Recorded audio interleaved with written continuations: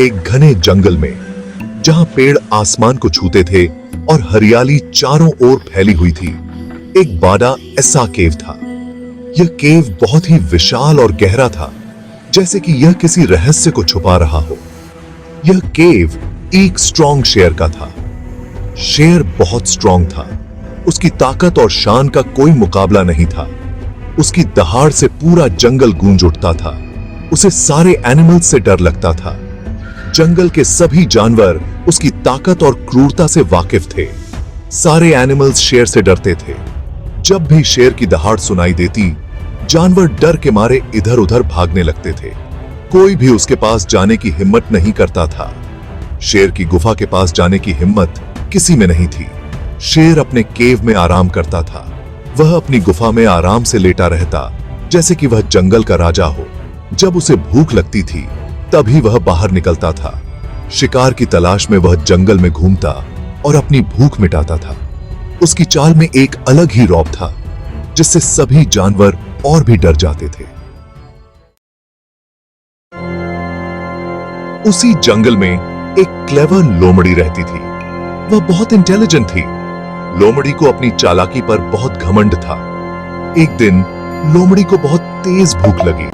उसने सोचा, शेर के पास बहुत सारा खाना होगा। लोमड़ी ने शेर से खाना चुराने का प्लान बनाया। सबका आती। लोमड़ी धीरे धीरे शेर के केव के पास गई। उसने देखा कि शेर सो रहा है। लोमड़ी अंदर जाने से डर रही थी। लोमड़ी ने सोचा, अगर मैं अंदर गई तो शेर मुझे मार डालेगा। उसे कुछ करना ही होगा। लोमड़ी ने अपनी चालाकी से काम लेने का डिसाइड किया। अपनी भारत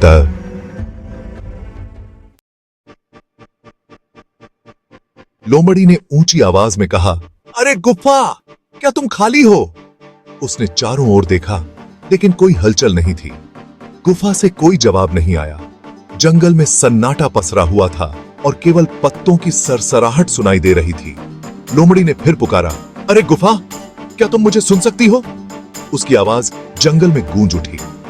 क्या तुम मुझे सुन सकती हो? उसने ध्यान से सुना, लेकिन कोई उत्तर नहीं मिला। यह सुनकर शेर की नींद खुल गई। शेर ने अपनी आंखें खोली और ध्यान से सुना। उसने सोचा, कौन है जो मेरे केव से बात कर रहा है? आंखें खोली और ध्यान से सुना। उसने सोचा, कौन है जो मेरे केव से बात कर रहा है? शेर ने सोचा कि यह कौन हो सकता है जो इतनी हिम्मत कर रहा है। शेर गुफा के बाहर झांका। उसने देखा कि एक चालाक लोमड़ी गुफा के बाहर खड़ी है। शेर ने सोचा, यह लोमड़ी यहां क्या कर रही है? उसने ध्यान से लोमड़ी की हरकतों को देखा। लोमड़ी ने फिर से गुफा को पुकारा, अरे गुफा, क्या तुम मुझे सुन सकती हो? शेर ने सोचा कि यह एक चाल हो सकती है। उसने अपनी जगह से हिलने का फैसला किया और धीरे धीरे गुफा के बाहर आया। शेर ने लोमड़ी से पूछा, तुम यहां क्या कर रही हो? लोमड़ी ने चालाकी से जवाब दिया, मैं देखना चाहती थी कि गुफा खाली है या नहीं। शेर ने सोचा कि यह लोमड़ी बहुत चालाक है और उसने अपनी योजना को बदलने का फैसला किया। उसने लोमड़ी को जाने दिया और सोचा कि अगली बार वह और सतर्क रहेगा। शेर ने लोमड़ी को देखा और गरजा, तुम कौन हो? तुम यहां क्या कर रही हो? मेरे केव के पास क्यों आई हो? यह जगह तुम्हारे लिए नहीं है। लोमड़ी ने डर से कहा, महाराज, मैं एक गरीब लोमड़ी हूं। मैं यहां सिर्फ अपनी जान बचाने के लिए आई हूं। लोमड़ी ने कहा, मैंने सुना है कि यह गुफा बहुत सेफ है। यहां कोई मुझे नुकसान नहीं पहुंचा सकता। मैं यहां रहना चाहती हूं। कृपया मुझे यहां रहने की अनुमति दें। शेर को लोमड़ी की बात पर यकीन हो गया। उसने सोचा, यह लोमड़ी सचमुच बहुत डरी हुई लगती है। शायद इसे यहां रहने देना चाहिए। शेर ने कहा, ठीक है, तुम यहां रह सकती हो, लेकिन याद रखना, यह मेरी गुफा है और तुम्हें मेरे नियमों का पालन करना होगा। लोमड़ी ने सिर झुकाकर कहा, धन्यवाद महाराज, मैं आपके सभी नियमों का पालन करूंगी। लोमड़ी ने गुफा के पास अपना छोटा सा घर बना लिया और शांति से रहने लगी। शेर ने भी अपनी गुफा की सुरक्षा के लिए लोमड़ी पर नजर रखी। दोनों ने एक दूसरे के साथ मिलकर जंगल में शांति बनाए रखी। इस तरह लोमड़ी की चालाकी और शेर की दयालुता ने उन्हें एक साथ रहने में मदद की।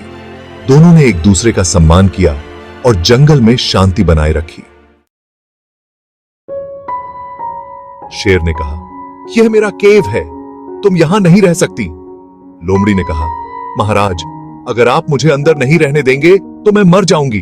लोमड़ी ने कहा, बाहर एक खूंखार जानवर घूम रहा है, वह मुझे खा जाएगा। शेर को लोमड़ी पर तरस आ गया। शेर ने कहा, ठीक है, तुम अंदर आ जाओ। लोमड़ी खुश होकर गुफा में घुस गई। शेर गुफा के बाहर पहरा देने लगा। लोमड़ी शेर की गुफा में सुरक्षित रहने लगी।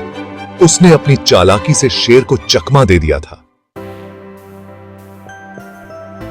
यह कहानी हमें सिखाती है कि दिमाग और चालाकी से हम मुश्किल से मुश्किल परेशानी से भी बाहर निकल सकते हैं।